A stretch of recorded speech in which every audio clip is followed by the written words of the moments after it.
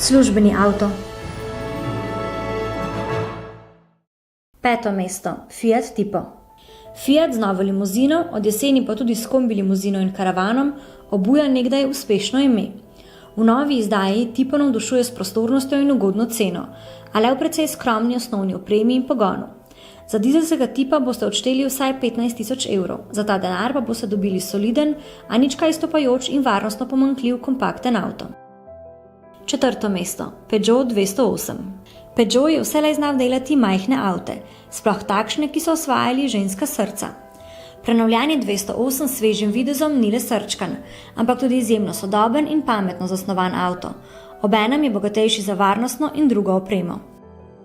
3. mesto. Ford C-Max.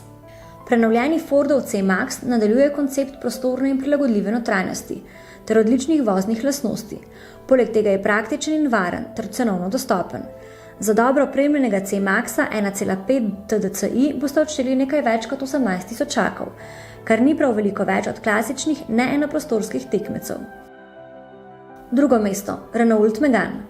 Drzen, futurističen, značajski in udoben, obenem pa še varčen in vozniško prijeten. Takšen je Renault, ki si zasluži nekdanji sloves, in natanko takšen je novi Megane, ki omenjenim vrlinam dodaja še ugodno ceno in najem. Tarega je pomanjkanje prostora in praktičnosti. 1. mesto. Opel Astra. Opel Astra prihaja s težkim bremenom povprečne predhodnice, novinka pa je v celoti odpravila njene napake.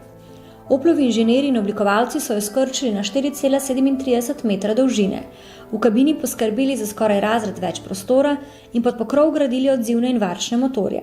Astra kot celota deluje prepričljivo, ter je bolj udobna kot francoski tekmec.